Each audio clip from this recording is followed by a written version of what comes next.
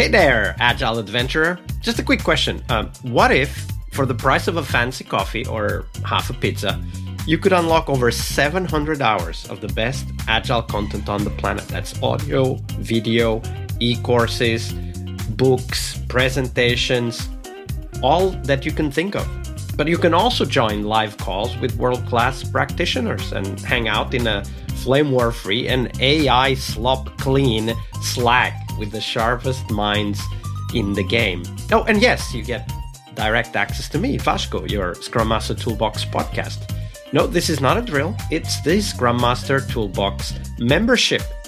And it's your unfair advantage in the Agile world. So if you want to know more, go check out scrummastertoolbox.org/membership. That's scrummastertoolbox.org/membership. And check out all the goodies we have for you. Do it now. But if you're not doing it now, let's listen to the podcast. Hello, everybody. Welcome to our Team Tuesday. This week we have with us Anamaria Ungureanu. Hey, Anamaria, welcome back. Welcome.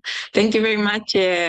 Thank you for inviting me to this discussion. Absolutely. It's a pleasure to have you. We had a great story about team and product owner engagement yesterday on Monday, so everybody make sure you check that out.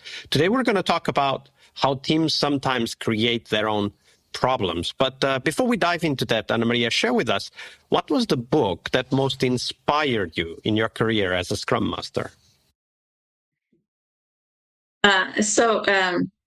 The one book which I love it a lot and inspired me, I think you'll be surprised, is by Chris Voss, Never Split the Difference. So I know we are very in touch with, Phoenix project. There are a lot of plenty available books for our journey as a Scrum Master. But coming to this book, which I love it very much, from Chris Voss, an FBI negotiator, I learned a lot about how to negotiate, because I think us as a Scrum Master, we need to have the skills to negotiate with the team, with the key stakeholders, but also the empathy and trust, which is the foundation for the team, So how we gain the trust to our interlocutor, team, to our external team, when we say, okay, we will deliver that request with the team, trust us, this is the planning. So from this book, which I highly recommend, we will learn to better communicate, collaborate on tense situation, I would say, context where we want to drive some result, but make them to arrive, not to impose this. For example, you need to deliver this by the end of this week. I don't care, when someone is pressured and you say, you receive this kind, I don't care, the team needs to deliver this kind of situation, this release, we committed, customer ask, this panic mode, and you need to bring the peace of the team to balance. So you need to know with diplomacy and tact how to install the trust. So it's important knowing tips how to raise some question. How would you suggest to do it? Make them think a bit. Okay, maybe we have some limited situations, how we can do it. Because this capacity is max. We don't have more. It's max capacity. Maybe we need to deprioritize something if we need to deliver this request in this iteration. Yeah. So this book is a key support for helping to seeking understanding, but also conversation to other interlocutor. Because why I'm saying it's extended, it helps a lot for teams, for key stakeholders. If I go in the teams, we have different personalities. Very often, we may have the introverted, extroverted. Okay. So that's for sure my experience. At least one from the team will be a bit more, the survived, I could say, that member who is never in alignment with the team, who is, never agreeing with the team. Yeah? So it's good. I'm not saying it has value to the team, yeah? But to know how to calibrate the discussion and make sure he's engaged with the team. Yeah? So this book is extremely useful to help to build our Scrum Master, personality, and understand we need to support the team and not force, different practices.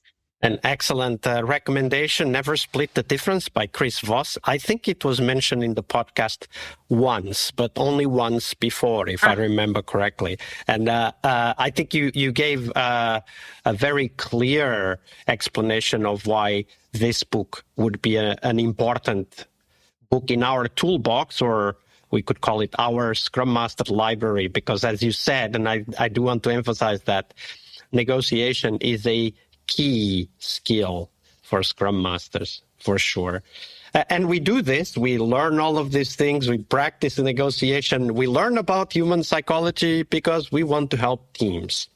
But sometimes not even we can help them. Sometimes teams just develop these patterns, these behaviors that lead to problems on their own. And that's the story we want to explore today, because we want to be aware of those patterns, right, before they become a big problem. So, Anamaria, share with us the story of a team, give us a little bit of their context, and then walk us through how those small little behaviors kind of maybe started small, but then grew up and impacted the team negatively. Situation I faced with a team of 7 members. It was a software team, a developer, QA, tech lead, architect, okay. Which at the beginning, yes, they came to all the session, daily sync, quite, looked engaged in discussion, committed to the goals. And from one day to other, the situation became that some member of the team start to be absent and not to, sometimes didn't attend of the team, or when that person attended, not so engaged. And what was the situation? The case that person was a bottleneck. It was just this one person, right? It was not several members, just one member. One member, yes. So from that team, the member who started to be disengaged and not attend in some session, it was the senior member of the team, tech lead of the team. And what was the issue is he didn't align with the values of principles of sharing, okay? Not aligned with code ownership sharing, not aligned with, sharing the risk, the information. So it impacted to deliver that release in the situation. He took days off, for 4 days, more exactly, okay? And we could not progress on delivering and finalize that, commitment, because he was the only person who could manage that execution.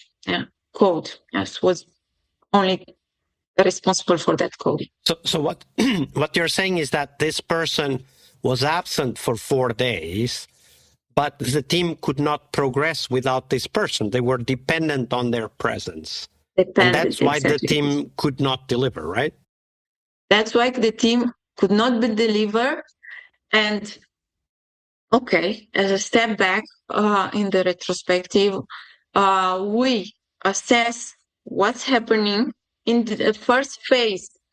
There was, this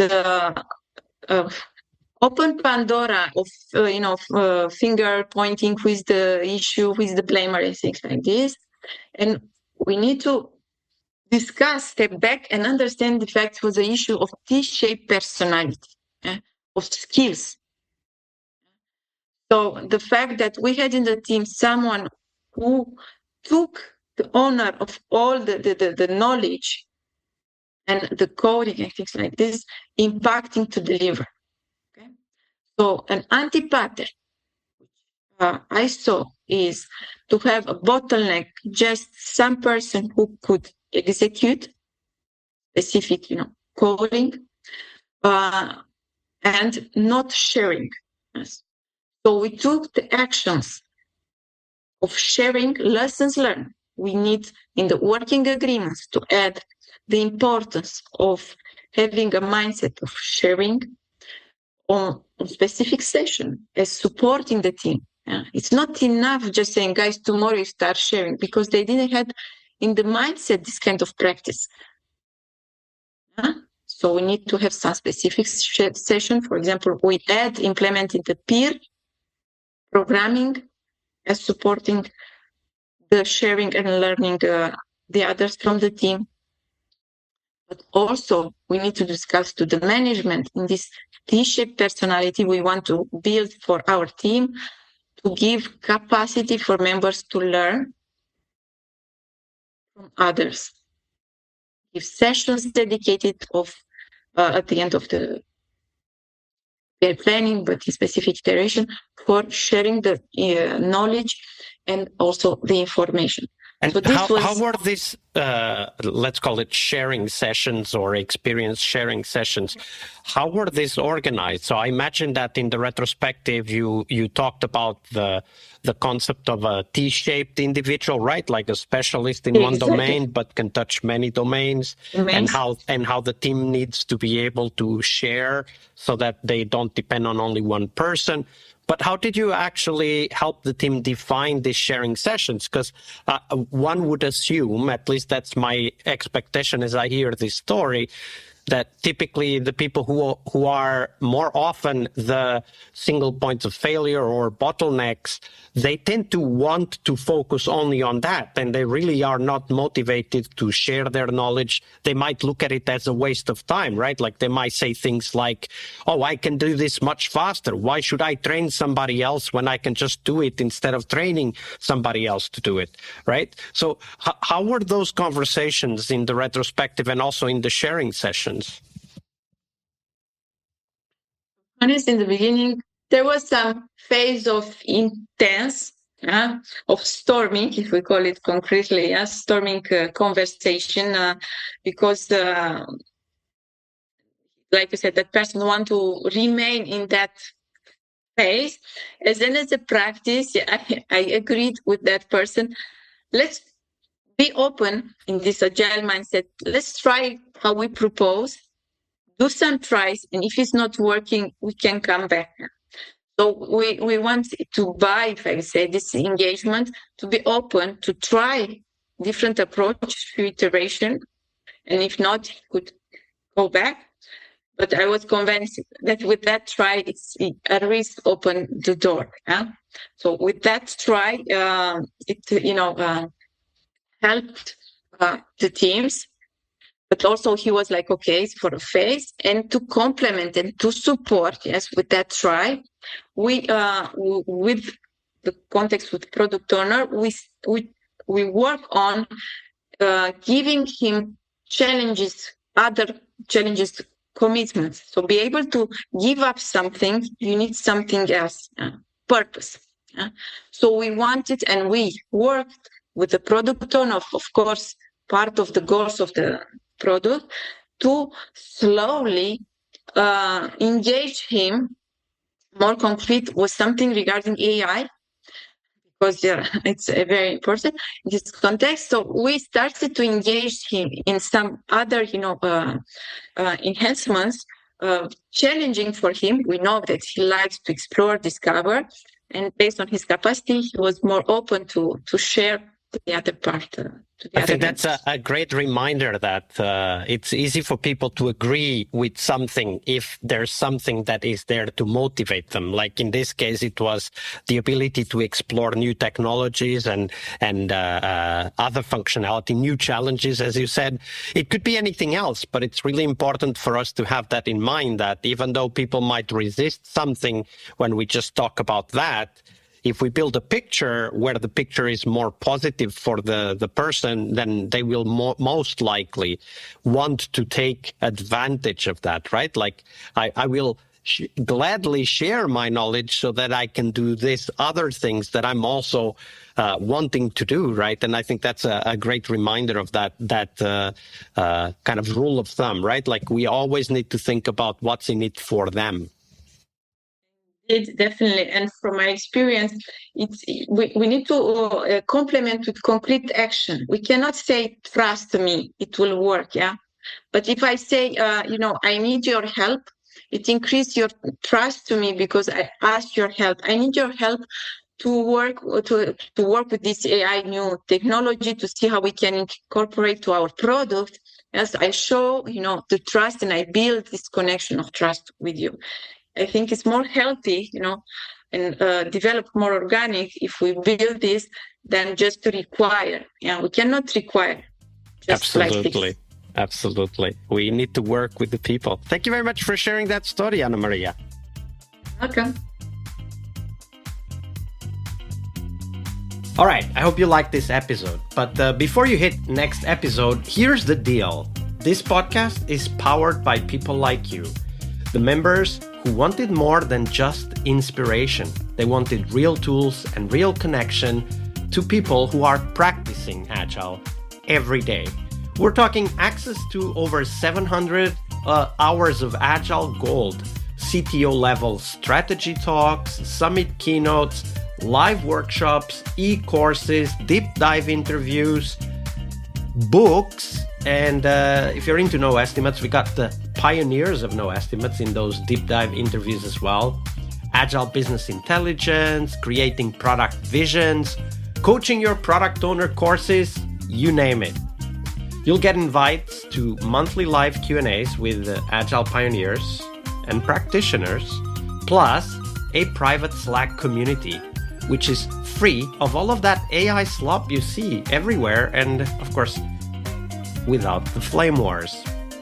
It's a community of practitioners that want to learn and thrive together. It's the best place to connect with community and learn together. So if this podcast has helped you before, imagine what you will get from this podcast membership. So head on over to scrummastertoolbox.org/membership and join the community that's shaping the future of Agile. And we have so much for you. So check out all the details at scrummastertoolbox.org/membership, because listening is great, it's important, but doing it together, that's next level. I'll see you in the community Slack. We really hope you liked our show. And if you did, why not rate this podcast on Stitcher or iTunes? Share this podcast and let other Scrum Masters know about this valuable resource for their work. Remember that sharing is caring.